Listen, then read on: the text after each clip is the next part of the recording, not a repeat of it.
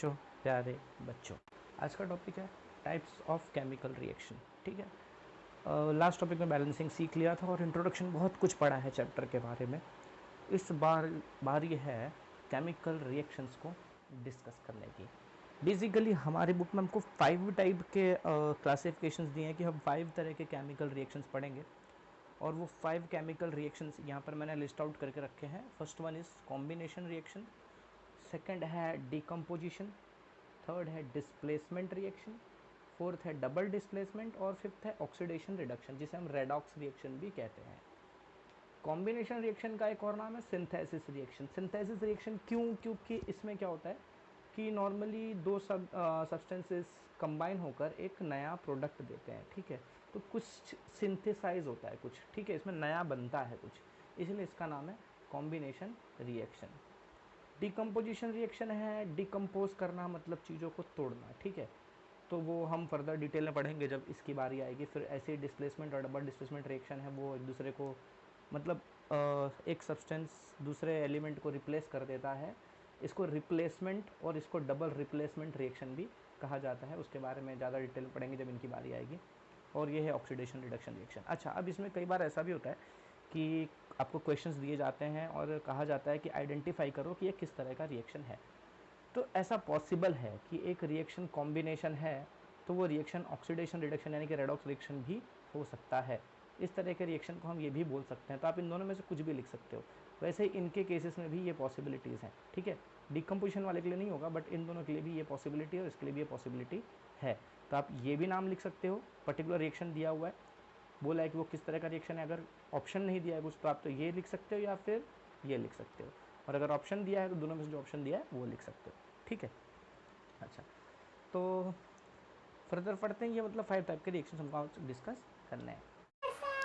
आज तो लगता है ये सब पढ़ के मैं अब गद्दारो बन जाऊंगा। अब गद्दारो नहीं होता बेवकूफ, वो अवोगाड्रो होता है। ये कौन है साहब? ये एक बहुत बड़े केमिस्ट थे। बाकी जो भी उनके बारे में तुमको जानना है बेटा गूगल कर लेना, ठीक है। तो मैं ना जो आज का टॉपिक है वो एक्सप्लेन करता हूँ, वहाँ चलता हूँ। तो हम आज समझने वाले हैं उन टॉपिक्स में से पहला टॉपिक है कॉम्बिनेशन रिएक्शन। तो मैं बाकियों को यहाँ से उड़ा देता हूँ। ठीक है, तो कॉम्बिनेशन रिएक्शन जो है नाम बता रहा है अपने आप में कि कुछ कंबाइन होके बनाते हैं। ठीक है, नाम से पता चलता है टू कंबाइन। ठीक है, कॉम्बिनेशन मतलब कंबाइन होना, मतलब इसमें दो चीज़ें हैं, एक ए, एक सब्सटेंस होगा बी, और ये दोनों कंबाइन होकर मुझे एक प्रोडक्ट देंगे ए बी। ठीक है, तो ए और बी दो सब्सटेंसेस कंबाइन होंगे और बनाएंगे एक प्रोडक्ट ए बी। तो इस तरह के रिएक्शन को हम क्या कहते हैं? Combination reaction. ठीक है, स्टेटमेंट वाइज लिखेंगे, मतलब कि याद रखना है आपको कि ये कंबाइन होता है। दूसरा पॉइंट आपको याद रखना है कि क्या लिख सकते हैं अपन? टू और मोर सब्सटेंसेस। ठीक है, combine to form one product. ठीक है, दो या उससे ज़्यादा सब्सटेंसेस कंबाइन होकर एक प्रोडक्ट बनाते हैं। बराबर है। एग्जाम्पल के तौर पर अगर मैं लिख दूँ, ठीक है, एग्जाम्पल के तौर पर जैसे हमने सबसे पहला रिएक्शन हमारी बुक में जो था 2Mg + O2 गिव्स MgO, याद है? Magnesium oxide. मैग्नीशियम स्ट्रिप को जलाया था हमने ऑक्सीजन के प्रेजेंस में, तो वो MgO बना था, मैग्नीशियम ऑक्साइड बना था। तो ये किस तरह का रिएक्शन है? कॉम्बिनेशन रिएक्शन है क्या? मैग्नीशियम और ऑक्सीजन दोनों कंबाइन होकर मैग्नीशियम ऑक्साइड बना रहे हैं। ठीक है, ऐसी एक और रिएक्शन है जिसमें हम सोडियम और क्लोरीन का रिएक्शन करवा के NaCl बना सकते हैं। इसकी बैलेंसिंग अगर मैं कर दूं तो ये इस तरह का कुछ होगा। ठीक है, तो सोडियम और क्लोरीन दो अलग अलग सब्सटेंसेस हैं। ठीक है, इनका कॉम्बिनेशन हुआ, इन्होंने रिएक्ट किया और बनाया क्या? सोडियम क्लोराइड, एक प्रोडक्ट। बराबर है। ऐसी एक और एग्जांपल हम लिख सकते हैं। ठीक है, जैसे हमारा अमोनिया है, ठीक है, वो भी अगर रिएक्ट करेगा किसके साथ? उसका रिएक्शन करवाऊँ मैं हाइड्रोक्लोरिक एसिड यानी HCl के साथ, तो बना देगा क्या? Ammonium chloride. ठीक है, NH4Cl। ठीक है, अच्छा, तो ये कुछ एग्जाम्पल्स हैं हमारे कॉम्बिनेशन रिएक्शन के। बराबर है, समझ में आ रहा है? दो चीज़ें या कई बार तीन चीज़ें भी ऐसी होंगी कंबाइन होकर एक सिंपल प्रोडक्ट देते हैं। ठीक है, अच्छा, तो ये तो मैंने अपनी तरफ से कुछ एग्जांपल्स दिए। इसके अलावा अगर मैं बुक की एक्टिविटी में जाऊँ, ठीक है, बुक की एक्टिविटी एक दी है हमको, एक्टिविटी है 1.4। ठीक है। 1.4 एक्टिविटी में क्या बोला है कि कैल्शियम ऑक्साइड यानी कि क्विक लाइम, ठीक है, कैल्शियम इस तरह से लिखेंगे, कैल्शियम ऑक्साइड जिसे हम क्विक लाइम भी कहते हैं, चूना, ठीक है, वो रिएक्ट करेगा वाटर के साथ, मतलब जब हम उसे पानी में घोलेंगे तो वो क्या देगा, वो हमको क्या देगा, calcium hydroxide, CaOH whole twice, ठीक है। और क्या बोला है कि आपको क्या करना है कि ये जो क्विक लाइम है, जो वाइट कलर का पाउडर यानी होता है, आपने नॉर्मली देखा होगा चूना कई बार यूज़ में आता है घर पे, उसका पानी में घोल दो, ठीक है। और उसके बाद जिस कंटेनर में आपने उसको घोला हुआ है उस कंटेनर को टच करो, ठीक है, बाहर से टच करो या फिर उसके अंदर थोड़ा सा उंगली डाल के निकाल लो। आप ये ऑब्जर्व करोगे कि वो गर्म हो गया है, नॉर्मली ऐसे भी दिखता है कि वो बुलबुले निकल रहे होते हैं उसमें से, ठीक है, वो गर्म हो जाता है, ठीक है। क्या रीज़न है गर्म होने का, ठीक है। इसमें क्या होता है, इस रिएक्शन के दौरान ये प्रोडक्ट तो बनता ही है जिसे हम कैल्शियम हाइड्रोक्साइड भी कहते हैं, और इसका नाम क्या है, कॉमन नेम स्लेक्ड लाइम, क्या नाम है इसका, स्लेक्ड लाइम, ठीक है। इस प्रोडक्ट के साथ साथ यहाँ पर हीट प्रोड्यूस होती है, ठीक है। तो कैल्शियम ऑक्साइड को जब हम पानी में घोलेंगे तो इन दोनों का रिएक्शन होगा और ये दोनों मिलाएंगे, मिलके क्या बनाएंगे, कैल्शियम हाइड्रोक्साइड। तो ये किस तरह का रिएक्शन है, कॉम्बिनेशन रिएक्शन है क्या, ये दो सब्सटेंसेस आपस में कंबाइन होकर एक सिंगल प्रोडक्ट दे रहे हैं, ठीक है, और ये हो गया हमारा कॉम्बिनेशन रिएक्शन। लेकिन इसमें हमने एक चीज़ ऑब्जर्व की, साथ में क्या हो रहा है, हीट प्रोड्यूस हो रहा है। इसके बारे में थोड़ा लेट में डिस्कस करता हूँ, फिलहाल ये बता दो स्लेक्ड लाइम, क्विक लाइम, ठीक है। स्लेक्ड लाइम क्यों कहते हैं इसको, इसका नाम स्लेक्ड लाइम क्यों है, तो नॉर्मली बेटा स्लेक्ड का मतलब क्या होता है, स्लेक्ड का मतलब होता है, स्लेक का मतलब होता है, स्लेक्ड का तो नहीं, स्लेक का मतलब होता है क्वेंचिंग द थर्स्ट, मतलब इसका क्या मतलब है, प्यास बुझाना, ठीक है, अपना प्यास बुझाना, स्लेक करना मतलब। अच्छा, इसका क्या मतलब, नॉर्मली देखो प्यास बुझाने के लिए हम क्या यूज़ करते हैं, पानी यूज़ करते हैं, ठीक है, पानी पी के प्यास बुझाते हैं। तो वैसे ही जब आपका चूना पानी के साथ मिल जाए, लाइम जब पानी के साथ मिल जाए, ठीक है, मतलब लाइम की प्यास बुझा दी पानी ने और ये पूरा बन गया क्या, स्लेक्ड लाइम, ठीक है। ना स्प्राइट बुझाए प्यास बाकी और बकवास नहीं, पानी ही प्यास बुझाता है, चाहे वो इंसान की प्यास हो, किसी जानवर की प्यास हो या चूने की प्यास हो, ठीक है। तो ये चूने की प्यास बुझा देता है पानी, इसलिए हम इसको क्या कहते हैं, स्लेक्ड लाइम कहते हैं, ठीक है। अच्छा, तो इसमें जो मैंने बताया आपको कि हीट जो प्रोड्यूस हो रहा है, उस हीट के प्रोड्यूस होने का क्या रीज़न है, नॉर्मली क्या होता है, देखो कि सब्सटेंसेस जब कंबाइन होता है ना तो एक एनर्जी लेवल बनाना होता है उनको, ठीक है। इन एलिमेंट्स का, इन सब्सटेंसेस का अपना अपना एक एनर्जी लेवल है और इसका एक अलग एनर्जी लेवल है, ठीक है। तो इन दोनों का जो कंबाइंड एनर्जी लेवल है ना, वो इस प्रोडक्ट के एनर्जी लेवल से ज़्यादा है, ठीक है। तो इनको कंबाइन होकर अगर ये प्रोडक्ट बनाना है तो इन दोनों की एनर्जी मिलाकर इस लेवल पर होनी चाहिए, लेकिन इन दोनों की टोटल एनर्जी जो है वो इसकी एनर्जी से ज़्यादा है। समझ रहे हो क्या कह रहा हूँ मैं, सपोज़ मान लो इसकी अपनी कुछ एनर्जी है और इसकी कुछ अपनी एनर्जी है, इन दोनों का टोटल कंबाइन होकर 50 जूल हो रहा है, सपोज मान लो 50 जूल हो रहा है, पर ये प्रोडक्ट बनने के लिए इस सब्सटेंस की एनर्जी सिर्फ 40 जूल होनी चाहिए, ठीक है, तभी ये स्टेबल रहेगा। इनका टोटल मिला के 50 जूल होता है, लेकिन इन दोनों को कंबाइन करके अगर ये प्रोडक्ट बनाना है तो इस प्रोडक्ट की टोटल एनर्जी सिर्फ 40 जूल हो सकती है, उससे ज़्यादा नहीं हो सकती, उससे ज़्यादा होगी तो प्रोडक्ट नहीं रहेगा, ठीक है। तो प्रोडक्ट तो बनना है, तो जब दोनों कंबाइन होकर ये प्रोडक्ट बनाएंगे तो 40 जूल एनर्जी यूटिलाइज होगी, यानी दोनों का जो टोटल 50 था उसमें से 10 जूल बच गया, राइट, 40 यहाँ यूटिलाइज हुआ, इन दोनों का मिलाकर जो 50 था उसमें से 10 बच गया, वो 10 हीट के फॉर्म में रिलीज हो जाता है, यानी एनर्जी के फॉर्म में रिलीज हो जाता है। इस तरह के रिएक्शन को हम एक्सोथर्मिक रिएक्शन भी कहते हैं। क्या कहते हैं, एक्सोथर्मिक, बेसिकली एनर्जी के रिलेटेड। देखो ये एक्सोथर्मिक एक अलग क्लासिफिकेशन है, ठीक है, जो मैंने आपको 5 क्लासिफिकेशन लिस्ट आउट करके दिए थे, ठीक है, उनसे इसका लेना देना नहीं है, ठीक है, ये अलग ही तरह का क्लासिफिकेशन है। आपको सिर्फ इतना याद रखना है कि किसी भी रिएक्शन में अगर रिएक्शन के दौरान एनर्जी प्रोड्यूस हो रही है, एनर्जी रिलीज हो रही है, ठीक है, हीट के फॉर्म में, लाइट के फॉर्म में, किसी भी फॉर्म में अगर एनर्जी रिलीज हो रही है तो इस प्रोसेस को हम क्या कहते हैं, इस तरह के रिएक्शन को हम क्या कहते हैं, एक्सोथर्मिक रिएक्शन, ठीक है। तो ये एक अलग तरह का क्लासिफिकेशन है, ये कॉम्बिनेशन रिएक्शन तो है ही, लेकिन साथ ही साथ ये एक्सोथर्मिक रिएक्शन भी है, ठीक है। ऐसे ही और भी कुछ एक्सोथर्मिक रिएक्शंस हैं, ठीक है, जो कॉम्बिनेशन रिएक्शन नहीं होंगे लेकिन फिर भी वो एक्सोथर्मिक होंगे, ठीक है। ये एक कॉम्बिनेशन रिएक्शन है और ये एक एक्सोथर्मिक रिएक्शन भी है, लेकिन हर एक्सोथर्मिक रिएक्शन कॉम्बिनेशन रिएक्शन ही होगा ऐसा ज़रूरी नहीं है। और भी कुछ रिएक्शंस हैं जो एक्सोथर्मिक है पर कॉम्बिनेशन रिएक्शन नहीं है। कुछ एग्जांपल्स मैं आपको दे देता हूँ, जैसे कि एक एग्जांपल है बर्निंग ऑफ नेचुरल गैस, ठीक है, burning of natural gas. Natural gas क्या होता है भैया? CH4, ठीक है। CH4 जब बर्न होगा किसके प्रेजेंस में? ऑक्सीजन के प्रेजेंस में बर्न होगा, अदरवाइज तो बर्न होगा नहीं। बनाएगा क्या? CO2 plus H2O। अगर मैं बैलेंसिंग करूँ तो यहाँ 2 आ जाएगा, ठीक है। तो ये मीथेन जल रहा है यानी ऑक्सीजन के साथ रिएक्ट कर रहा है, तो ये बना देता है CO2 प्लस वाटर, ठीक है। अच्छा, इस रिएक्शन में भी एनर्जी रिलीज होती है, हीट प्रोड्यूस होती है, तो ये भी एक तरह का एक्सोथर्मिक रिएक्शन है। अब देखो ये क्या कॉम्बिनेशन रिएक्शन है क्या?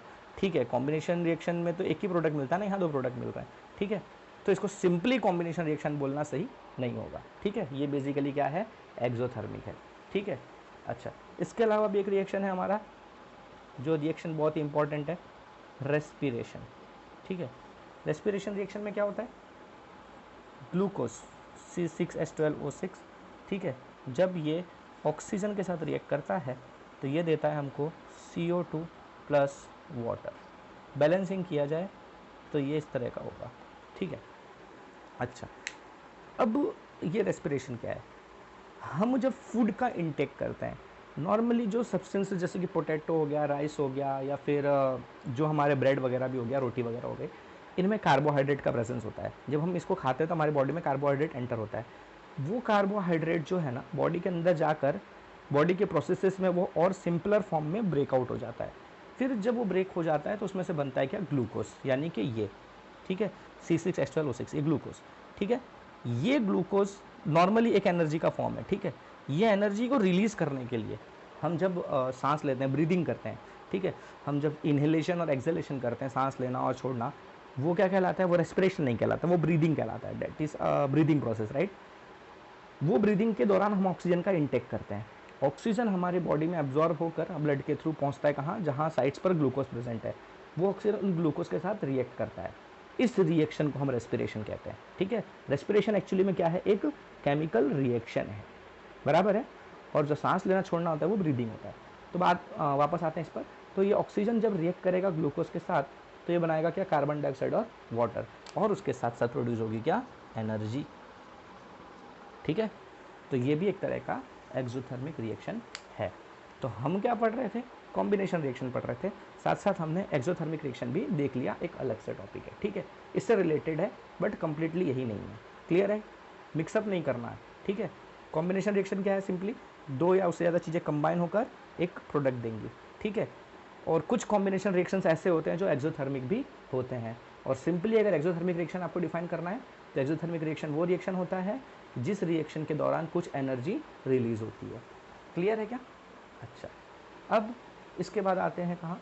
डीकम्पोजिशन रिएक्शन पे, ठीक है। अच्छा, एक्टिविटी के दौरान ना जो हमको कैल्शियम हाइड्रोक्साइड बनाने वाला दिया हुआ है कि क्विक लाइम और वाटर रिएक्ट करके कैल्शियम हाइड्रोक्साइड बनाते हैं, उसमें एक चीज़ और दी है हमारे एक्टिविटी में, आगे एक्सप्लेन किया हुआ है कि ये जो कैल्शियम हाइड्रोक्साइड है ये फर्दर जब कार्बन डाइऑक्साइड के साथ रिएक्ट करता है तो वो कैल्शियम कार्बोनेट बना लेता है, ठीक है। वो कैल्शियम कार्बोनेट क्या है वो मैंने इस वीडियो में नहीं समझाया, क्योंकि वो फिर से एक अलग टॉपिक में मैं उसको समझाने वाला हूँ, ठीक है। तो इसलिए मैंने उसको यहाँ पर कवर नहीं किया, तो टेंशन नहीं लेना, उस वाली वीडियो में हम उसको कवर करेंगे। अच्छा, कॉम्बिनेशन रिएक्शन होने के बाद आता है एक इम्पॉर्टेंट टॉपिक जो है डीकम्पोजिशन रिएक्शन, ठीक है। डीकम्पोजिशन रिएक्शन नाम से पता चल रहा है कि इस बार डीकम्पोज होना। डीकम्पोज होना मतलब तो छोटे छोटे टुकड़ों में टूट जाना, ठीक है, टू ब्रेक डाउन। उल्टा है कॉम्बिनेशन का। कॉम्बिनेशन में क्या हुआ था? 2 और ज़्यादा सब्सटेंसेस कंबाइन हुए थे, ठीक है, 2 या उससे ज़्यादा सब्सटेंस कंबाइन होकर एक प्रोडक्ट दे रहे थे। ये उल्टा है, एक प्रोडक्ट टूट के 2 या उससे ज़्यादा सब्सटेंसेस देगा, जैसे कि AB breaks to A plus B, समझे? वहाँ A plus B gives AB था, यहाँ AB gives A plus B, ठीक है। तो यहाँ हम सब्सटेंसेस को ब्रेक डाउन करते हैं, ठीक है। अच्छा, अब इसके लिए भी हमको एक्टिविटी दी हुई है, एक्टिविटी 1.5, ठीक है। इनको सब इन सारे रिएक्शंस को हमको एक्टिविटी से ही समझना पड़ेगा। तो एक्टिविटी में ये बोला है कि take approximately 2 gram of ferrous sulphate crystal in a boiling tube. एक बॉइलिंग ट्यूब में, ठीक है, जिसमें मतलब एक तरह का टेस्ट ट्यूब ही होगा वो, पर वो हम गर्म कर सकते हैं, ऐसा टेस्ट ट्यूब होगा। उसके अंदर हमको लेना है क्या? फेरस सल्फेट के क्रिस्टल्स, ठीक है। फेरस सल्फेट के क्रिस्टल्स को फिर ऑब्जर्व करो, नॉर्मली वो ग्रीनिश कलर में होगा, ठीक है। फेरस सल्फेट क्रिस्टल जो होते हैं वो ग्रीन कलर के होते हैं। वो फेरस सल्फेट क्रिस्टल्स को आपको उस ट्यूब में लेना है, फिर उस ट्यूब को क्या करना है, हीट करना है, ठीक है। एक बर्नर पर ले जाकर थोड़ा हीट करना है। हीट करते वक्त आपको कुछ ऑब्जर्वेशंस लेने हैं। सबसे पहला ऑब्जर्वेशन है कि आपको कलर ऑब्जर्व करना है कि कलर में क्या चेंज आ रहा है, ठीक है। आप डायग्राम में देख सकते हो, उस पिक्चर में क्लियर है। ये बच्ची रिएक्ट करवा रही है, बच्ची हीटिंग कर रही है। अब इसमें होगा क्या, जब हम इसको हीट करेंगे तो आप ऑब्जर्व करोगे कि जैसे जैसे हीटिंग होगी, जो ग्रीन कलर था हमारे फेरस सल्फेट क्रिस्टल का वो वाइट में चेंज हो गया, ठीक है। तो ये ग्रीन से वाइट में चेंज आने का रीज़न क्या है? नॉर्मली जो हमारा फेरस सल्फेट क्रिस्टल था वो ग्रीन इसलिए था क्योंकि उसमें उसके साथ वाटर के मॉलिक्यूल्स प्रेजेंट थे, ठीक है। उसमें क्या था, FeSO4 के साथ 7H2O भी प्रेजेंट था।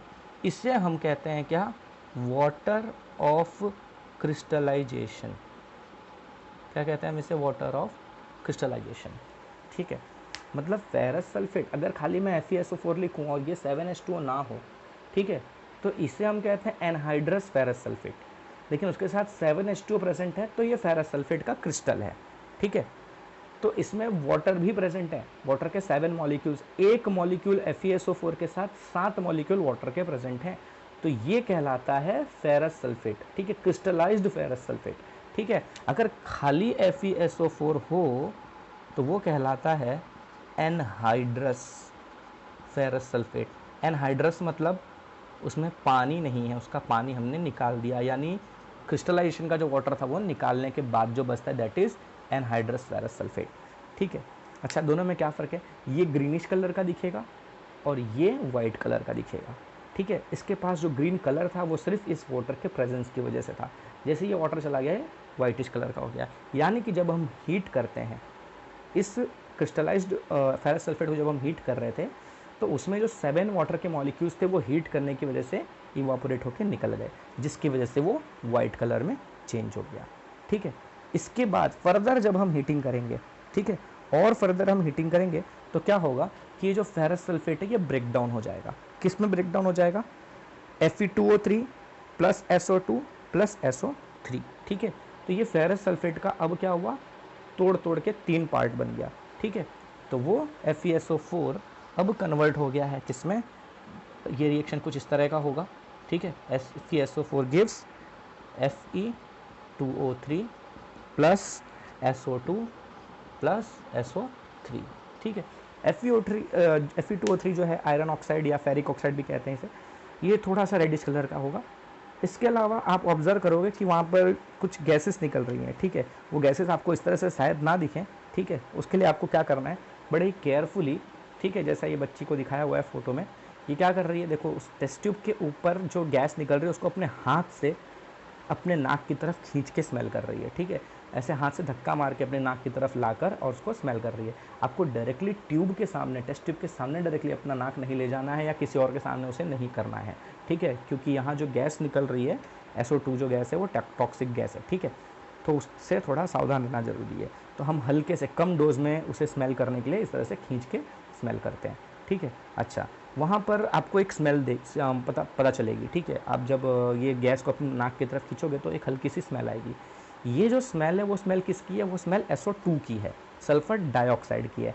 सल्फर ट्राइऑक्साइड ऑर्डरलेस है, ठीक है, उसकी स्मेल नहीं आएगी। आपको जो स्मेल आ रही है वो किसकी स्मेल आ रही है, SO2 की आ रही है, सल्फर डाइऑक्साइड की आ रही है, क्लियर है। तो फेरस सल्फेट, उसको जब हमने हीट करना स्टार्ट किया तो ग्रीन से वो किस कलर में चेंज हो गया, वाइटिश कलर में चेंज हो गया। यानी ये क्या मिल गया हमको, एनहाइड्रस फेरस सल्फेट। और हमने हीट किया तो उसमें से हमको ferric oxide plus sulphur dioxide plus sulphur trioxide, यानी कि हमको 3 सब्सटेंसेस मिले हैं फेरस सल्फेट में से। तो ये क्या हुआ, एक सब्सटेंस 3 पार्ट्स में टूट गया, 3 पार्ट्स में टूट गया तो यानी क्या हुआ, इसका डिकम्पोजिशन हो गया, ठीक है, समझ रहे हो। तो डिकम्पोज होने का मतलब ब्रेक होना, छोटे छोटे पार्ट्स में टूट जाना। तो ये रिएक्शन उस तरह का है क्या। तो सारे रिएक्शंस जो भी हम रिएक्शन पढ़ने वाले जितने भी टाइप के, ये सब नाम से ही हमको क्लियर हो जाते हैं कि ये किस तरह के रिएक्शंस हैं, ठीक है। तो आपको कंफ्यूज होने की जरूरत नहीं है कि यार डिकम्पोजिशन रिएक्शन में क्या था और कॉम्बिनेशन में क्या था, मुझे याद नहीं आ रहा है। तो याद रखने की ज़रूरत ही नहीं है, नाम में ही सब कुछ छुपा हुआ है, ठीक है। अच्छा, एक इम्पॉर्टेंट और जो रिएक्शन है, डिकम्पोजिशन रिएक्शन है, वो बता दूं मैं। वो एक ये रिएक्शन है कैल्शियम कार्बोनेट को ब्रेक डाउन करने का, CaCO3। अगर हम इसको हीट करें कैल्शियम कार्बोनेट को तो उससे हमको मिलेगा क्या, CaO प्लस CO2, ठीक है, calcium oxide plus carbon dioxide, यानी इसमें हमको चूना मिलेगा, कैल्शियम कार्बोनेट, ठीक है। जो नॉर्मली मार्बल जो होता है या फिर चूना जब घोल के दीवारों पर लगा दिया जाता है उसके बाद जो वाइट टेक्सचर मिलता है हमको वो कैल्शियम कार्बोनेट ही होता है, ठीक है। नॉर्मली कैल्शियम कार्बोनेट भी हमको मिलता है, माइनिंग करके हम निकाल के लाते हैं। जब उस कैल्शियम कार्बोनेट को हीट किया जाएगा तो उसमें से हमको क्विक लाइम और कार्बन डाइऑक्साइड गैस मिलेगी, ठीक है।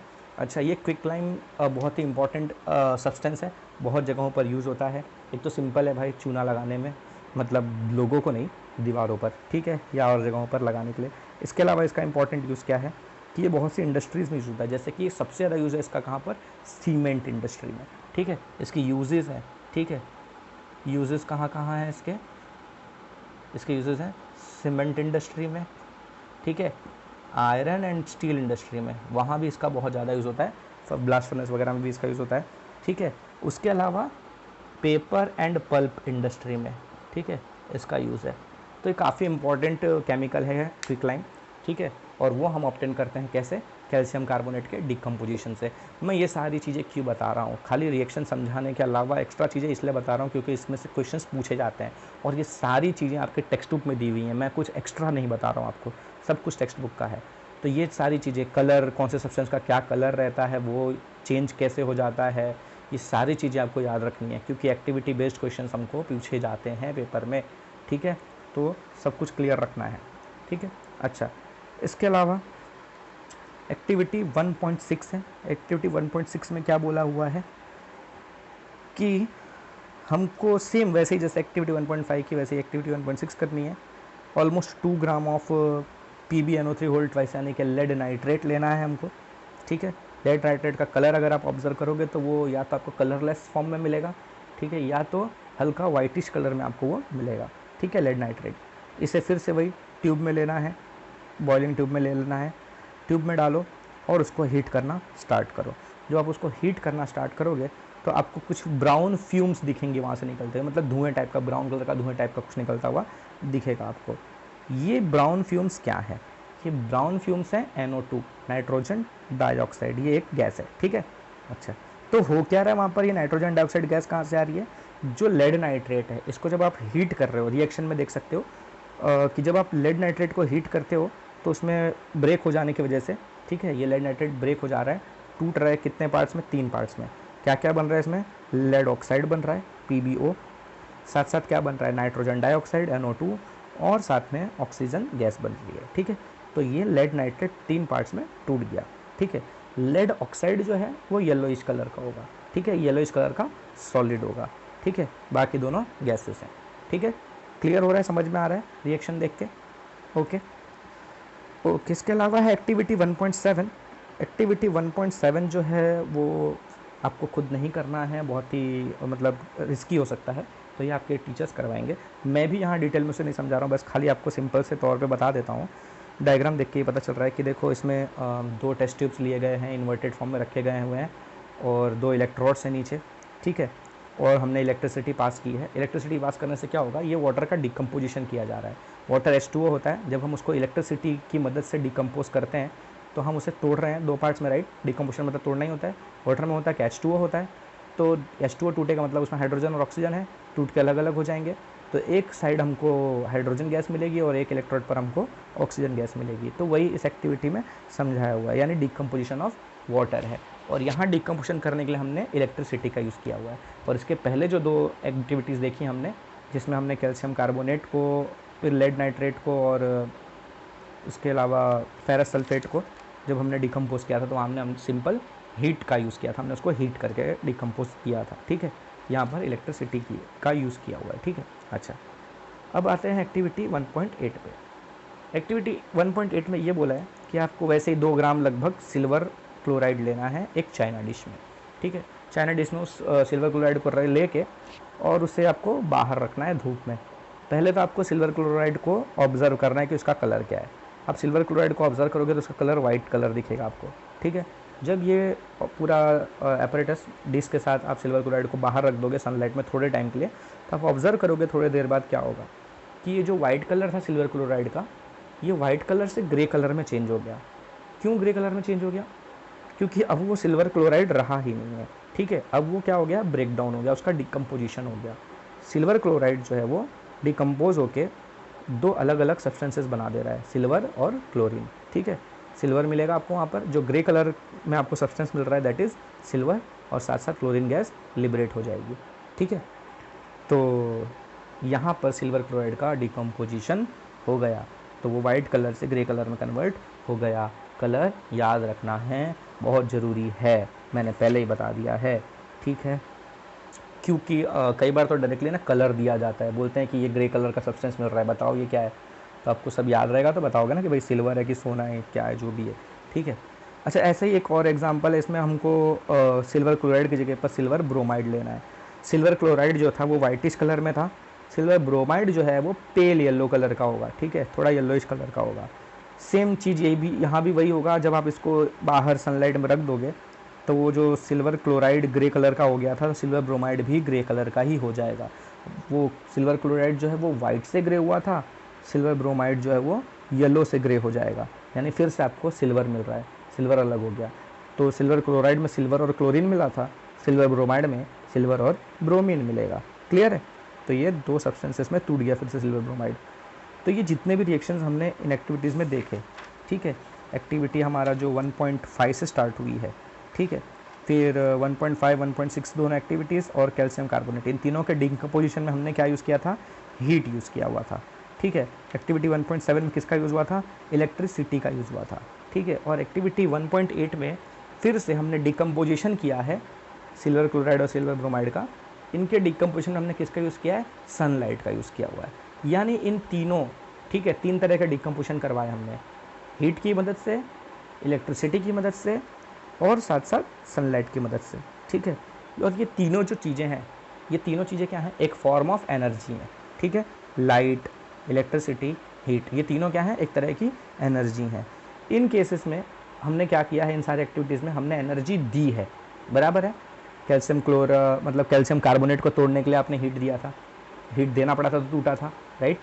सिल्वर क्लोराइड को भी हीट दिया था तो टूटा था, सॉरी सनलाइट दिया था तो वो टूटा था सिल्वर और क्लोरीन में। सिल्वर ब्रोमाइड का भी वही हुआ था।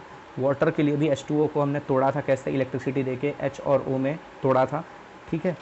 और वैसे ही हमने लेड नाइट्रेट को तोड़ा था हीट देके, ठीक है।